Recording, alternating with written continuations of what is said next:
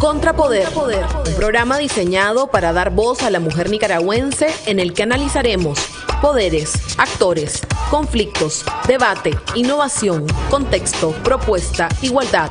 Contrapoder con Edipcia Dubón. Los miércoles a las 7 p.m. en 100% Noticias y en mis redes sociales.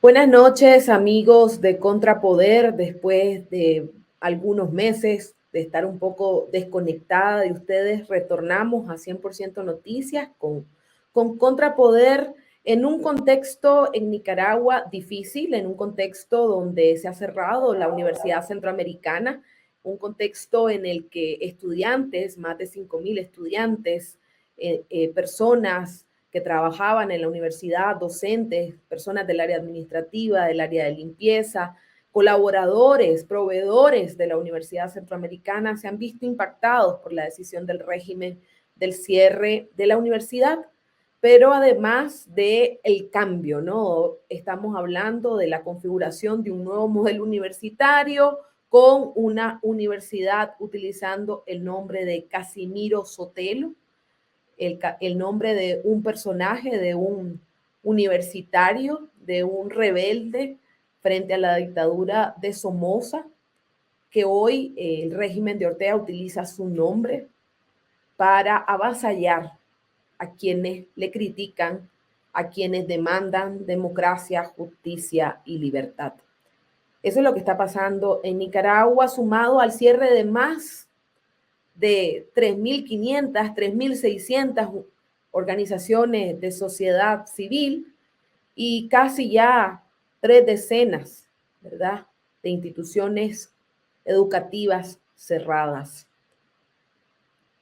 Esto realmente no nos puede dar ningún tipo de satisfacción, al contrario, estamos bastante sentidos porque soy exalumna de la Universidad Centroamericana, sentida porque sé lo que significa, la ilusión que significa de ir a la mejor universidad del país después de haber hecho examen de admisión, después de haber competido para estar en la carrera que uno quiere estudiar, ese orgullo que uno siente de ir ahí a la pizarra y ver su nombre y saber que llegó ahí por mérito, que llegó ahí por competencia, que llegó ahí porque uno pestaña y ceja estudiando noche tras noche para alcanzar ese grado.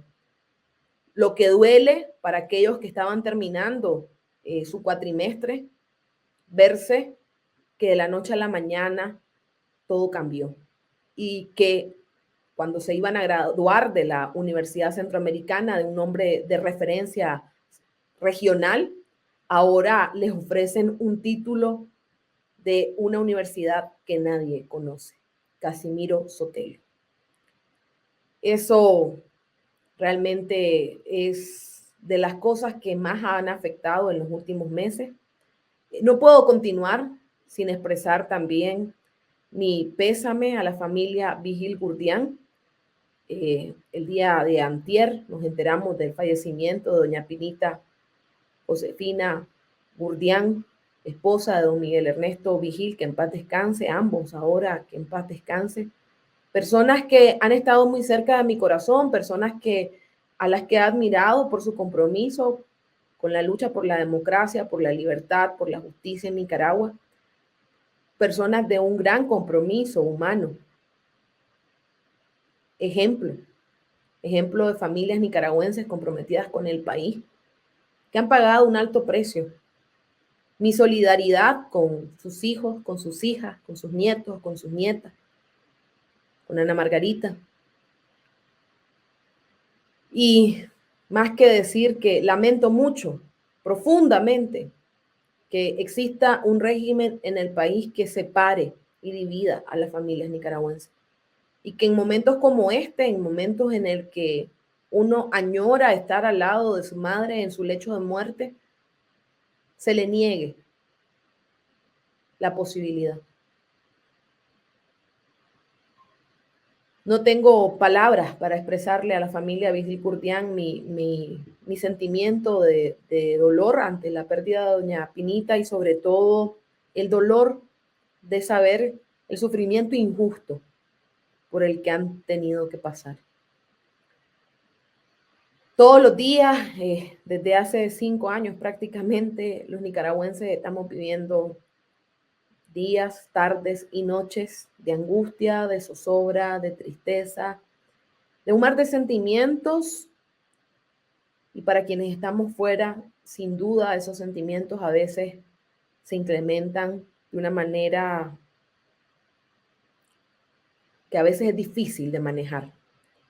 Pero aquí estamos, aquí seguimos, comprometidos con esa Nicaragua que todos soñamos, esa Nicaragua en la que quepamos todos, esa Nicaragua donde usted y yo tengamos derecho. Esta noche tenemos de invitada a Jessica Jaramillo. Jessica es abogada, es ecuatoriana, tiene una maestría en política aplicada. Ustedes ya la conocen, hemos tenido oportunidad, quizás ya hace mucho tiempo y quizás no la recuerdan. En el 2019 conversamos con ella sobre lo que estaba pasando en Ecuador. Nuevamente viene a nuestra casa esta noche. Esta noche. Bienvenida. Bienvenida. Edipcia, muchísimas gracias por la invitación para contigo, compartir todas tus luchas y también las luchas de miles de nicaragüenses que han tenido que salir de su tierra, ¿no? En la difícil situación en la que nos encontramos hoy en el Ecuador, pero que sin duda la esperanza es lo último que se pierde. Así que para mí un honor estar contigo siempre. Muchas gracias, querida. Muchas gracias, querida. Hemos visto que la situación de Ecuador es bastante. En los últimos meses se estaban preparando para un proceso. Y uno de los candidatos fue. ¿Puedes ayudarnos? ¿Cómo es que se cumple el proceso electoral? ¿Y por qué es asesinado? Bueno, realmente la situación que vive hoy en el Ecuador es muy preocupante. Yo creo que es importante decirle a la gente que este es un estado de alerta. Yo he llegado a señalar que vivimos hoy en Ecuador lo que fue la Colombia de los 80, es decir, un estado completamente penetrado por el narcotráfico, absolutamente contaminado, y yo te diría incluso estamos hablando de esferas de la política y del poder que están ya contaminados con el narcotráfico, los dineros ilícitos, la falta de regulación en los temas electorales, la falta de acción de las propias autoridades en los temas electorales y en general en los temas gubernamentales nos han llevado hasta aquí. Este no es un proceso de hoy. Este es un proceso de hace muchos años, yo diría unos 20, 25 años, en donde el Ecuador pasó de ser una isla de paz, es decir, un país de paso, de tránsito, a ser un país en donde, en palabras del presidente Gustavo Petro, cuando hizo el informe al Congreso de Colombia, él decía claramente que Colombia ha bajado la exportación de la hoja de coca, porque ahora todo lo que tiene que ver con narcotráfico existe una nueva ruta, y esa ruta son los puertos del Ecuador. Los puertos de Manta, el puerto de Guayaquil, el puerto de Esmeraldas, el puerto de Machala, que son los sectores de la costa del Ecuador, y esto ha empezado a generar no solamente una disputa territorial entre las bandas que operan en el Ecuador, sino que esta nueva ruta obviamente tiene que ver con la complicidad del Estado ecuatoriano, un Estado que en algún momento pactó con las mafias y que obviamente ha tenido hoy la repercusión de haber pactado con las mafias de narcotráfico que lamentablemente hoy nos tienen en esta situación. Ecuador se ha convertido en uno de los países más violentos de la región. Ecuador se ha convertido en uno de los países en donde más exportación de coca lamentablemente se encuentra. Y esta ola de violencia que estamos viviendo ha alcanzado también los niveles políticos. No podemos dejar de señalar que la política tiene una gran responsabilidad. Los políticos en particular tienen una gran responsabilidad porque son los políticos los que con el dinero del narcotráfico han financiado campañas electorales sin que exista control alguno en el Ecuador. Y eso ha generado que cuando llegan al poder no tienen ningún tipo de control precisamente sobre los órganos de las fuerzas de seguridad del Estado. Han dejado hacer y pasar. y eso está también perjudicando la situación de vida de cada uno de los ecuatorianos. Hoy, la ciudad de Quito es una ciudad violenta en donde ya territorialmente, que es la capital de la República, además, en donde territorialmente ya las bandas se disputan los espacios de narcotráfico y de microtráfico. Esto ha generado también reacción violenta contra quienes se oponen, contra quienes los denuncian y contra quienes han hecho frente de alguna manera frente a esta complicidad del narcotráfico y del Estado. En esta circunstancia, entonces, es importante que yo te comente que el asesinato de Villavicencio, que es un candidato presidencial, que si bien no estaba mucho en el radar de primera, segunda vuelta, quizá lo que sí te puedo decir que era uno de los candidatos que iba ascendiendo y que podía sin duda haber llegado a segunda vuelta si es que su ritmo de crecimiento se aceleraba.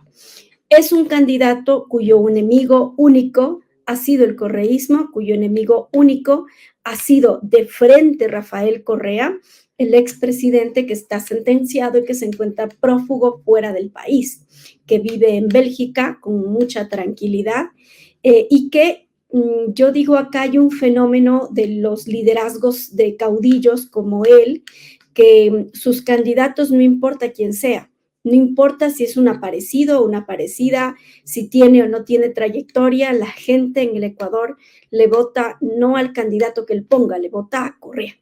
Y eso es quizá una de las contradicciones más grandes, como un país que era una isla de paz, ha terminado siendo este país entregado a las mafias y que sigue votando por los responsables de haber retirado la base de Manta, por los responsables de haber descuidado la seguridad, por los responsables de haber modificado normas, por los responsables de tener una constitución que no permite la extradición de nacionales en la misma circunstancia que la Colombia de los 90-91, que posteriormente hizo la reforma constitucional que le permitió la extradición de quienes lograban generar este gran negocio del narcotráfico, ¿no? Entonces, creo que esa es gran parte de la realidad del país que hoy tenemos, un país en donde el ejercer la política termina siendo una sentencia de muerte, en donde denunciar actos de corrupción o denunciar persecución o denunciar irregularidades puede terminar con tu vida y en donde el miedo de alguna manera se ha apropiado de quienes vivimos en este hermoso país, pero que lamentablemente hoy está administrado y gobernado por quienes con mucha incompetencia y mucha complicidad han mantenido los acuerdos. Ya no importa la tendencia política. Lazo venía de otra tendencia política, de una extrema derecha, que terminó minando absolutamente el Estado, dejando los controles del Estado, dejando sin equipamiento, sin ningún tipo de formación a la Policía Nacional, y esto agravado con ciertas normas que legalizaron el consumo, por ejemplo, legalizaron la tenencia en determinado momento de cierta cantidad de marihuana, ¿no es cierto? Y obviamente esto va generando un consumo permanente. A mí me preocupa mucho dos elementos en el Ecuador que hoy estamos viviendo y es el consumo a temprana edad, el sicariato, que es uno de los delitos que es conexo a la actividad del narcotráfico, y otro de los elementos que me preocupa demasiado es la situación económica de los ecuatorianos que han tenido que cruzar muchísimos la selva del Darién para poder llegar a los Estados Unidos, que han tenido que emigrar nuevamente, como lo hicimos quizá ya o lo hicieron nuestros abuelos, nuestros padres en la década del 2000 con la dolarización, pero que lamentablemente eso ha vuelto al Ecuador y los migrantes son ya un número importante que está abandonando el país y que para muchísimos jóvenes hoy no hay alternativa. Creo entonces que estas elecciones han sido unas elecciones difíciles, complejas. Nunca antes el Ecuador había tenido un proceso tan violento como este. Nos han asesinado al alcalde de Manta electo, nos han asesinado a políticos, concejales, candidatos a la Asamblea Nacional. Hay vínculos del narcotráfico con determinados sectores políticos que obviamente no son revelados públicamente porque eso le puede costar la vida a quien lo revele. Pero también es cierto que, por ejemplo, el asesinato de Villavicencio ha generado una reacción internacional gravísima que pone los ojos en el Ecuador, pero que las autoridades hoy lo mantienen cerrado.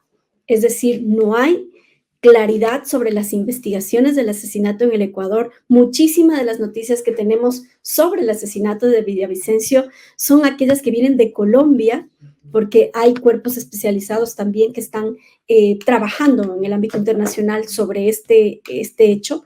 Pero en el Ecuador las autoridades no nos han dado una respuesta, no hay claridad sobre la comunicación del estado de la causa. A eso tienes que sumar una crisis del sistema de justicia. El día de ayer el presidente de la Corte Nacional de Justicia pide la renuncia a los vocales del Consejo que están siendo procesados por delito de tráfico de influencias y obviamente esto ha generado reacción por parte del Consejo de la Judicatura, que es un ente administrativo que ordena la destitución de un juez de la Corte Nacional. Realmente el estado de crisis entonces es muy complejo en el Ecuador en el ámbito político, pero insisto, este es un país maravilloso. Yo creo que el 90% de las personas somos lo mejor que tiene este país, que estamos pasando un momento difícil, pero que sin duda, si es que la gente elige mejor estas elecciones, podemos tener una salida. En ese momento te puedo decir que asoma con todas estas condiciones difíciles, da la sorpresa en las elecciones, motivado mucho por el voto de los jóvenes, el candidato Daniel Noboa, que pasa a la segunda vuelta contra todo pronóstico y con apenas 35 años se posiciona como el candidato de los jóvenes. Daniel Noboa no es ningún desconocido, es hijo de uno de los empresarios más ricos del Ecuador, que ha tenido el acierto de formarse, es una persona muy inteligente, que obviamente compite contra una maquinaria que está instalada en el Ecuador, que es una maquinaria no solamente territorial, que es el correísmo, ¿no es cierto?, sino que además es una maquinaria en redes sociales, con bots, con granjas, que van minando también la credibilidad de los contendores y que en esta elección en particular pensaban pasar y ganar la presidencia en una sola vuelta. Claro, el asesinato de Villavicencio cambia todo el escenario y mucha gente salía a las calles a protestar y obviamente los primeros responsables eran los enemigos públicos número uno de quien en su momento fue candidato a la presidencia de la República. Hay mucho más detrás, ¿no? Mucho más detrás, pero esa es la realidad política en la que estamos hoy los ecuatorianos y ecuatorianas. Jessy, vamos a hacer una pausa y regresamos para que nos expliques un poco sobre cómo está conformado ese clivaje político en el Ecuador, dónde se inscribe el correísmo, dónde estaba ubicado el candidato que fue asesinado, cuáles son las posibilidades reales de configurar una fuerza democrática para el Ecuador y cómo ves la situación del Ecuador con respecto a lo que está pasando en el resto del continente. Ya regresamos, amigos. Vamos a una pausa y volvemos en unos minutos. Contrapoder, un programa diseñado para dar voz a la mujer nicaragüense en el que analizaremos poderes, actores, conflictos, debate, innovación, contexto, propuesta, igualdad. Contrapoder con Edipcia Dubón. Los miércoles a las 7 p.m. en 100% Noticias y en mis redes sociales. Hola José Luis, hace días que no sé nada de vos. Discúlpame, es que con esta carestía en la vida no tenía ni para la recarga y no he podido ni darte una llamadita, no fregué. ¿Seguís trabajando en la zona franca? Pues sí, todavía, pero imagínate que con el salario de 8.000 córdobas que recibo no nos da ni para la comida ahí en la casa, porque vos sabés, desde que mi papá y mi mamá quedaron sin trabajo, me ha tocado soplarla yo solo. Sí, es terrible. La otra vez miré un reel que ahora se necesitan 19.000 córdobas al mes para la tal canasta básica. Eso implica la comida, la luz, el agua, los gastos básicos, pues vos sabés, del hogar. Y no ves que yo estoy desesperada también porque no encuentro trabajo y quiero ayudar a mi casa. A veces he pensado dejar este país tan terrible y emigrar. Porque mira, mi mamá todos los días se queja de que no alcanza con el salario de mi papá. Y mi abuelo, el ajuste que recibió de la pensión, el pobre, adivina cuánto fueron, 120 pesos. Pero emigrar ¿y para dónde? Vos sos loca, me vas a matar de la tristeza, no fregué. Si vos te vas, yo me voy con vos. Solo locura sos vos, chaval. Y mira, ¿y qué vas a hacer este sábado? Es que fíjate que hay una reunioncita en la casa de Moncho, aquel que vive al fondo. ¿No me querés acompañar? Ese maje tiene una rola salvaje, va a estar bonito. Bueno, si logras recargar y me chateás para ponernos de acuerdo, puede ser que te acompañe. No freguea, pues ya me voy a ir a fiar una recarga donde doña Chilo para llamarte, aunque me toque comer salteadito.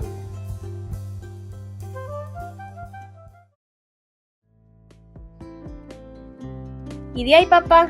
Lo veo preocupado. Es que nunca me había sentido tan frustrado como maestro por todo esto que está pasando con la educación. ¿Te referís al sistema de evaluación a los alumnos para que todos aprueben? Sí, amor, es una total estafa a todas las familias. Tantos años empeñado en enseñar y ahora este régimen quiere que todos los chavalos aprueben, aprendan o no aprendan. Un desastre. ¿Cómo vamos a tener prosperidad sin una buena educación? Es que esa gente quiere que seamos una sociedad muy mediocre, sin conciencia crítica. Imagínense que ya han cerrado 18 universidades privadas en menos de 2 años. Y eso no es lo peor. Los libros que nos obligan a usar en las clases están llenas de manipulación y mentiras. Fíjate que el libro que utilizó en las clases de ciencias sociales de primer año hablan de que vivimos en una Nicaragua en libertad, de respeto a la ley, sin represión, sin presos políticos, sin torturas. Un paraíso, pues, y eso es lo que usamos para educar a nuestros niños y jóvenes. Y no solo nos están negando el derecho a una educación digna, quieren además tener ciudadanos anestesiados. De verdad, lo siento mucho, papá, por vos, pero también por mí. Contrapoder con Edipcia Dubón. Los miércoles a las 7 p.m. en 100% Noticias y en mis redes sociales. Regresamos, amigos de Contrapoder, con Jessica Jaramillo. Para mí es Jessie. Tenemos muchos años de conocernos. Conozco su lucha por el Ecuador, por un Ecuador democrático, y me siento muy contenta por la persona que es, por lo que ha hecho por su país y por su compromiso. Gracias, Jessie, por estar de vuelta en este programa que es tu casa y por ayudarnos a entender la compleja realidad de un país que parece que está un poco lejano de Nicaragua, pero que tiene relaciones entreveradas con la realidad, el presente, el pasado y el futuro de nuestro país. Yo te decía antes de irnos al corte que nos contaras un poco cómo estaba organizado ese clivaje político en el Ecuador, dónde se inscribía Rafael Correa y cuál es la dinámica del proceso electoral, en qué fase están ustedes en este momento, qué se espera y cómo se inscribe eso en la realidad latinoamericana. Muchísimas gracias. La verdad es que este es un camino de los activistas, es un camino duro, pero sin duda satisfactorio por las conquistas poco a poco que vamos logrando. Mira, es importante que en el clivaje político se encuentre dos grandes tendencias, el correísmo y el anticorreísmo. Y si hay algo que logra que Daniel Noboa, que es una persona de centro derecha, centro, logre pasar a la segunda vuelta, es salir de ese clivaje correísta, anticorreísta.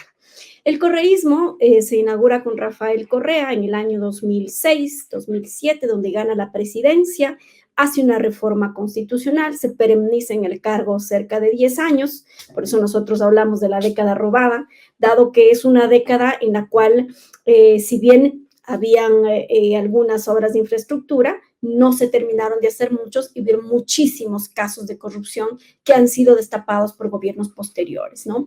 Es importante tener claro aquello porque si bien el correísmo se inscribe en el socialismo del siglo XXI, lo que hay es un pragmatismo político, es decir, la candidata que hoy tiene la presidencia de la República, la señora Luisa González, no tiene ninguna trayectoria política, no ha pasado más de ser una asambleísta del bloque de la Revolución Ciudadana, pero que en sus inicios fue social cristiana, es decir, de extrema derecha. que hoy se presenta como candidata del correísmo, que supuestamente es la extrema izquierda, lo cual no existe en el Ecuador. La izquierda y la derecha, digamos que estos típicos o tradicionales identificaciones ideológicas prácticamente está anulada. Y lo que hay son caudillos, personalismos, que son los que van marcando la agenda de la política en el Ecuador. Lo que dice Correa, lo que piensa Correa, lo que dice Nebot, lo que piensa Nebot. En su momento, hoy con muchísima menos credibilidad, el presidente de la República no llega al 10% de aprobación de su gestión, pero en su momento lo que decía Lazo con su realidad. Por lo tanto, entonces, esto de izquierda-derecha, digamos que termina siendo muy inútil en el escenario político actual, y lo que tienes es una gran corriente correísta que ha logrado el 33% de los votos, y tienes el anticorreísmo, que el anticorreísmo, digamos que estuvo representado en primera vuelta en varios candidatos. Estamos hablando de Otto Sonnenhosner, que es más centro socialdemócrata, 7-8%, estuvo representado en Topic, que era la extrema derecha, que el Partido Social Cristiano, que llegó al 16%, y sobre todo en Fernando Villavicencio, que llegó hasta un 18-19% de votación.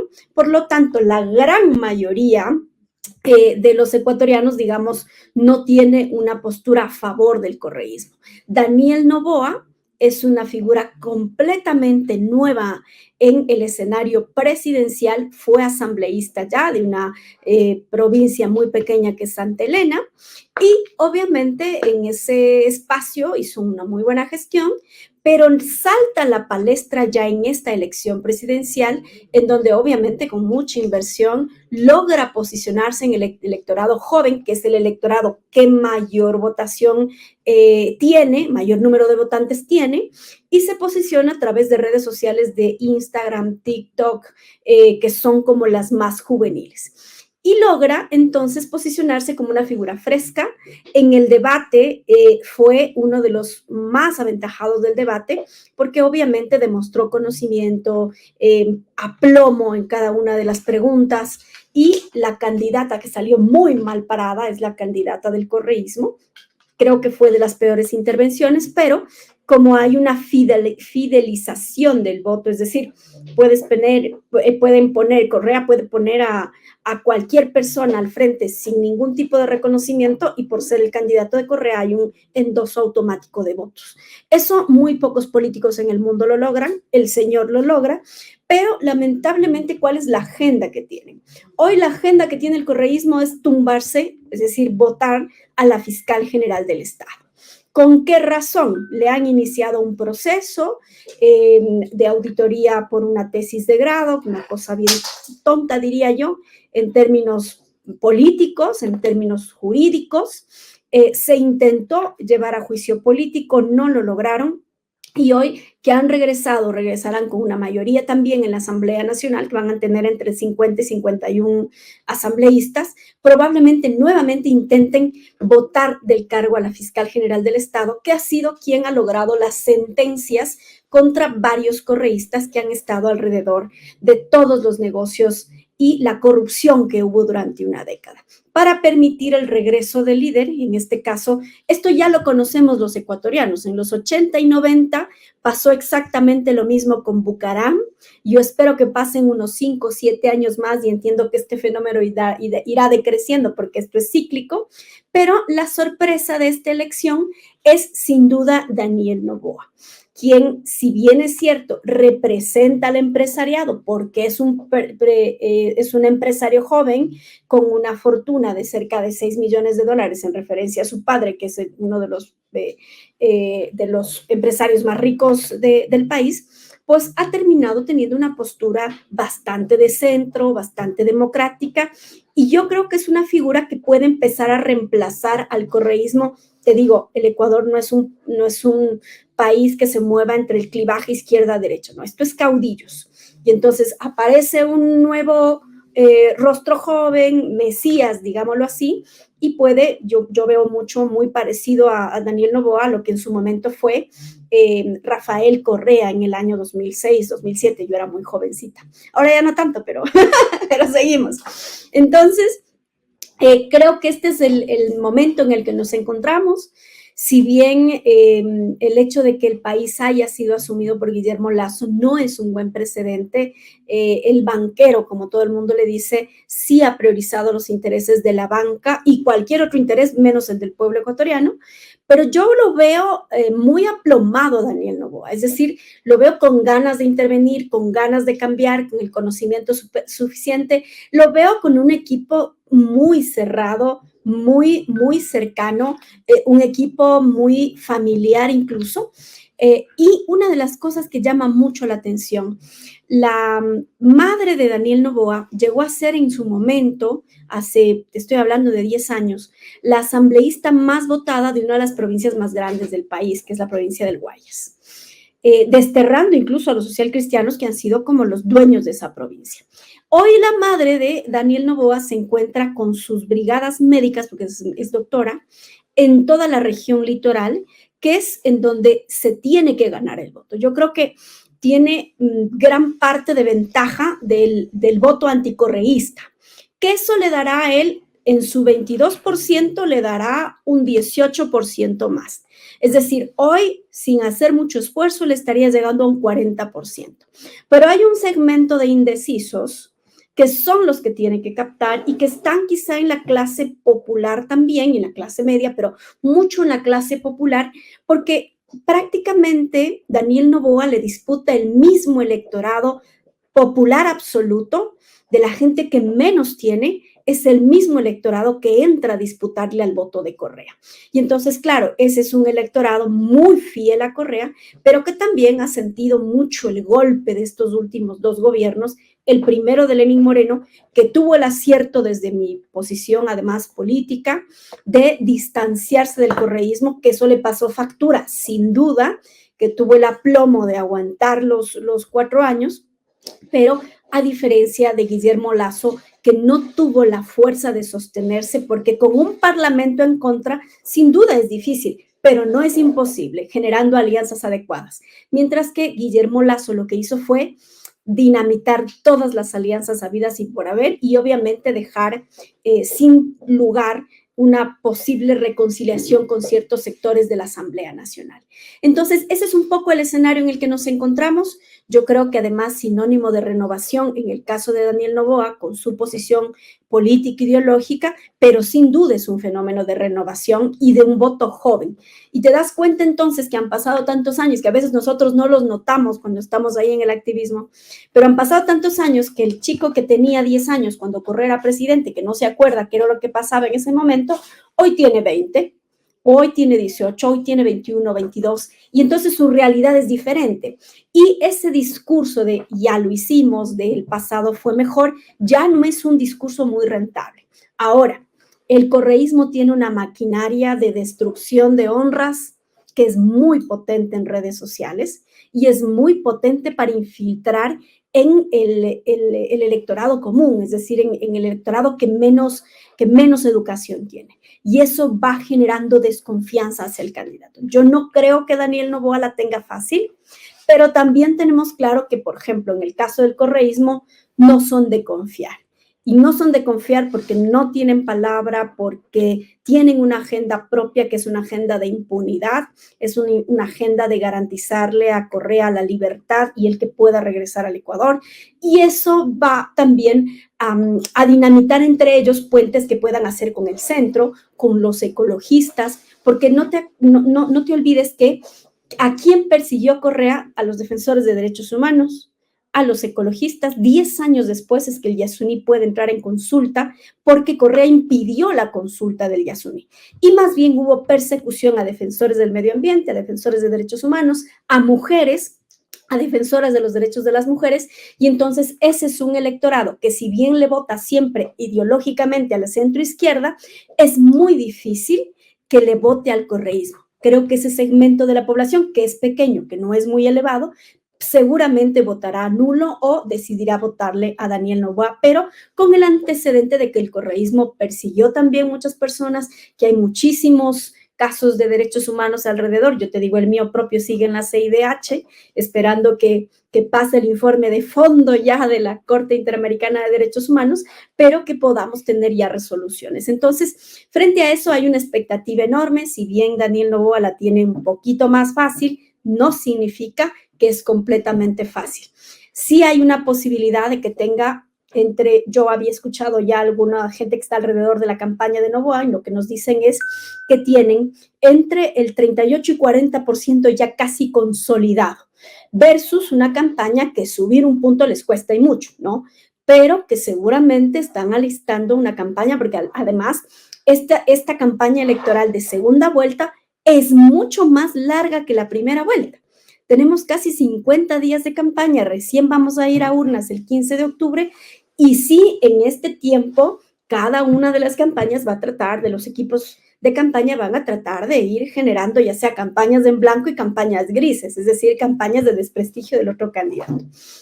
Ahora, lo que se viene a futuro para el Ecuador es apenas un gobierno de 1 año y medio.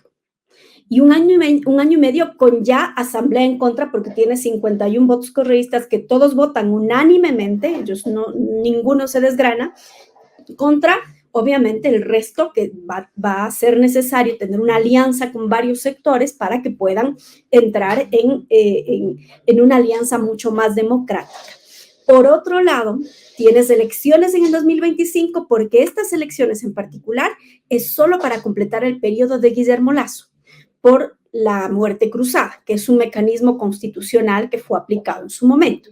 Y en el 2025 regresaremos a las urnas, quizá con otra condición o en otro contexto que va a ir generando cada una de las tendencias políticas, ¿no? Pero sin duda en esta elección, que ha sido de las más sangrientas que hemos tenido, el asesinato de Villavicencio, que ha sido una voz contraria a los actos de corrupción, que ha sido alguien que estuvo todo el tiempo martillando en contra de los actos de Rafael Correa, destapando los actos de corrupción en Petroecuador, en la refinería del Pacífico. El caso Sobornos, que es el caso de sentencia de Rafael Correa, pues es uno de los logros del propio Fernando Villavicencio, que lamentablemente yo no tenía una posición muy cercana, que hemos tenido diferencias, pero que nos enciende las alarmas, ¿no? Porque, ¿qué pasa mañana si tú decides denunciar un acto de corrupción?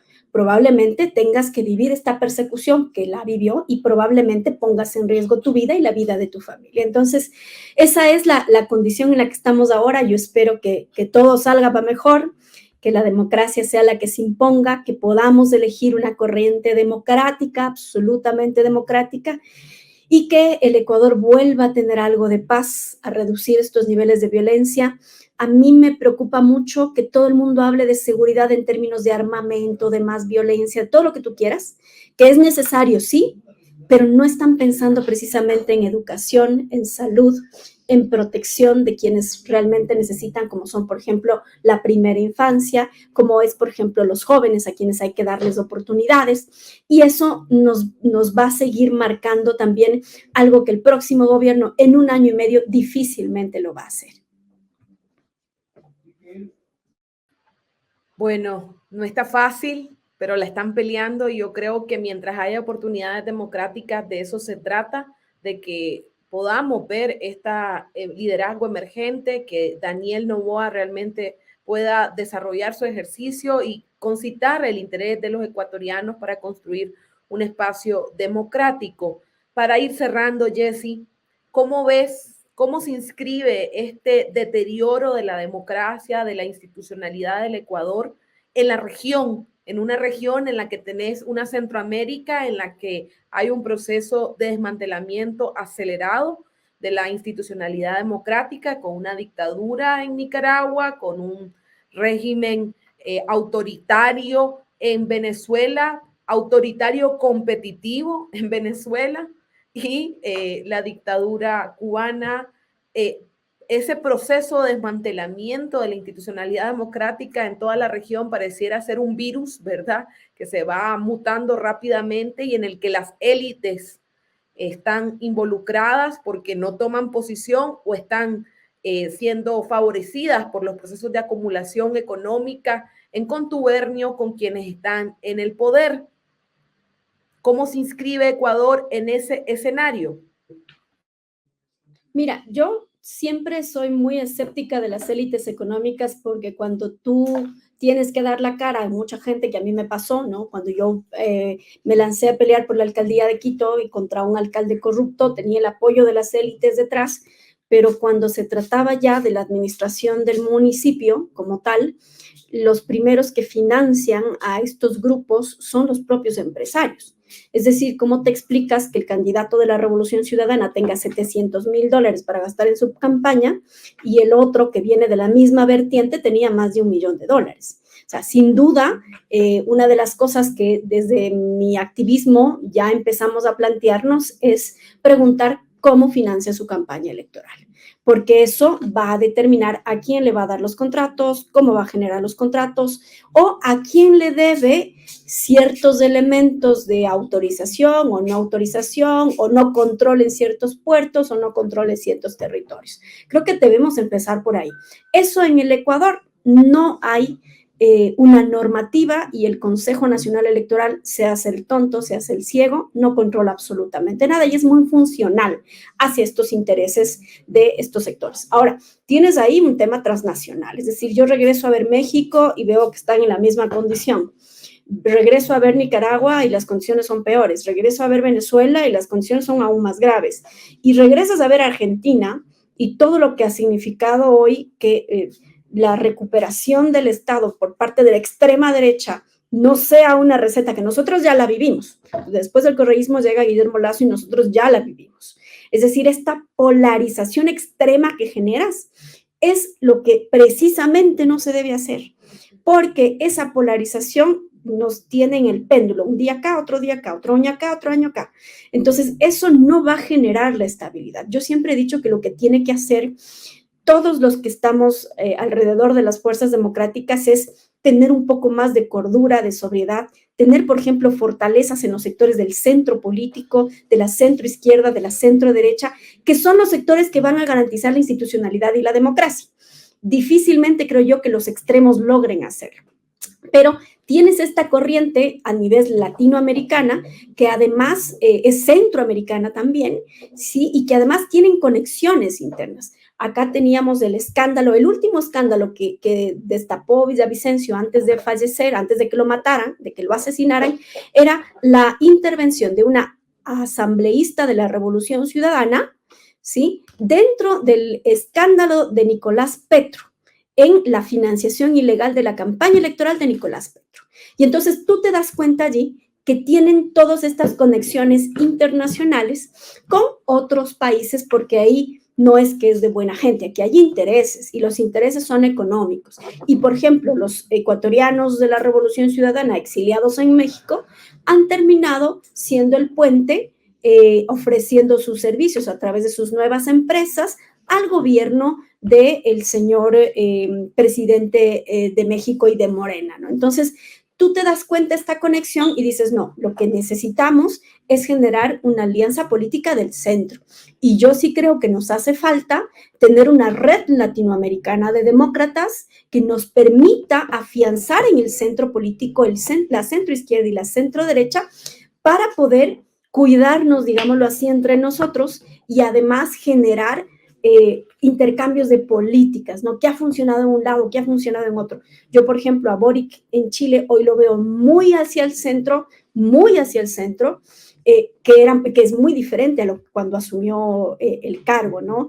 Y obviamente, si tú te pones a comparar con lo que ha terminado siendo Podemos en España, que era el aliado natural de la Revolución Ciudadana, de Morena, de Nicaragua, de Maduro, termina muy marginado en España porque la agenda de la socialdemocracia española se impone sobre los intereses de Podemos. Entonces, sí creo que hay que hacer un análisis geopolítico en donde las fuerzas del centro, que hemos trabajado también con la cooperación internacional, que estamos presentes en los diferentes espacios en donde podemos hablar de liderazgos, de la situación de cada uno, y también no olvidemos la situación de Bolivia, ¿no? Así que creo que ese es uno de los caminos que tenemos que agarrar, porque si no, peleando individualmente cada uno en su trinchera, mientras los otros tienen toda una conexión transnacional, pues sí nos va a generar mayor resistencia, ¿no? Pero por lo pronto yo diría que, y yo lo he dicho públicamente, yo voy a votar por Daniel Noboa, porque creo que es la alternativa democrática frente a lo que ya significa el regreso del correísmo.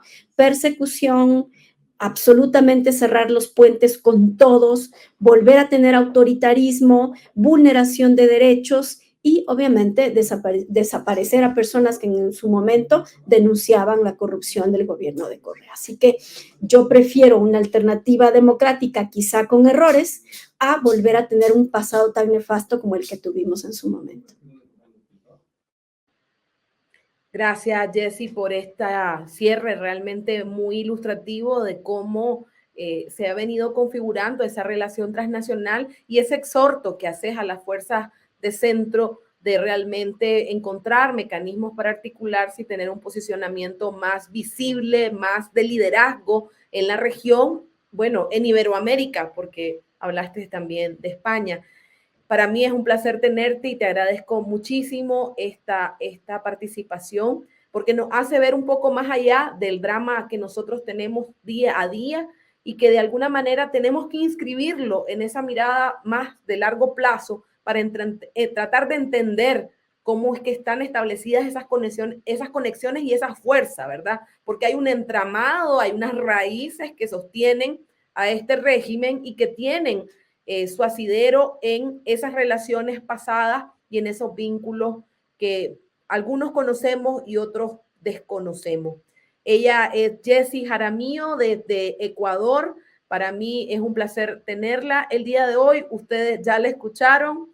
Ella es una defensora de derechos humanos, es una activista 24/7. Pueden seguirla en sus redes sociales porque siempre está tomando la palabra, además editorialista de medios escritos en el Ecuador, y siempre nos está dando una mirada fresca de lo que pasa en su país. Gracias, Jessy. Muchas gracias, Eddie. Para mí siempre es un honor verte, además conversar, saber que estás bien, quizá lejos de tu tierra, pero bien, que es lo importante. Así que acá seguiremos dando batalla y si regresan, pues como yo digo, lo he dicho en todas las entrevistas, tenemos que resistir y seguir luchando, no hay otra, es la única alternativa. Así es, amigos, no hay alternativa más que seguir luchando y aunque a veces sintamos que la sonrisa se nos congela, porque esa sensación de que ya no hay capacidad de entendimiento de lo que pasa, tenemos que seguir. Y si bien es cierto, los días son grises, a veces oscuros, siempre sale el sol y va a salir. Más temprano que tarde va a salir y usted y yo vamos a disfrutar de esa Nicaragua que tanto amamos. Y vamos a poder construir ese país que queremos para mí, para ustedes, para su familia, para la mía, pero sobre todo para todos los nicaragüenses, porque todos, independientemente de su posicionamiento ideológico, tenemos derecho de vivir en nuestro país con libertad, con dignidad, con sueños y con prosperidad. Nos vemos el próximo miércoles a las 7 de la noche por Contrapoder. Ya vamos a reanudar nuestras transmisiones, vamos a estar conversando sobre lo que pasa en Guatemala, nuestro vecino cercano, que nos ha dado una gran lección de democracia. No la tienen fácil, pero la están peleando. Y también vamos a tener a una amiga española que nos cuente qué está pasando en España. Estos dos van a ser los próximos temas y vamos a ir abordando temas un poco que nos ayuden a entender dónde se inscribe la realidad nicaragüense. Buenas noches, nos vemos el próximo miércoles a las 7 de la noche. Los esperamos. Contrapoder, un programa diseñado para dar voz a la mujer nicaragüense en el que analizaremos poderes, actores, conflictos, debate, innovación, contexto, propuesta, igualdad. Contrapoder con Edipcia Dubón. Los miércoles a las 7 p.m. en 100% Noticias y en mis redes sociales.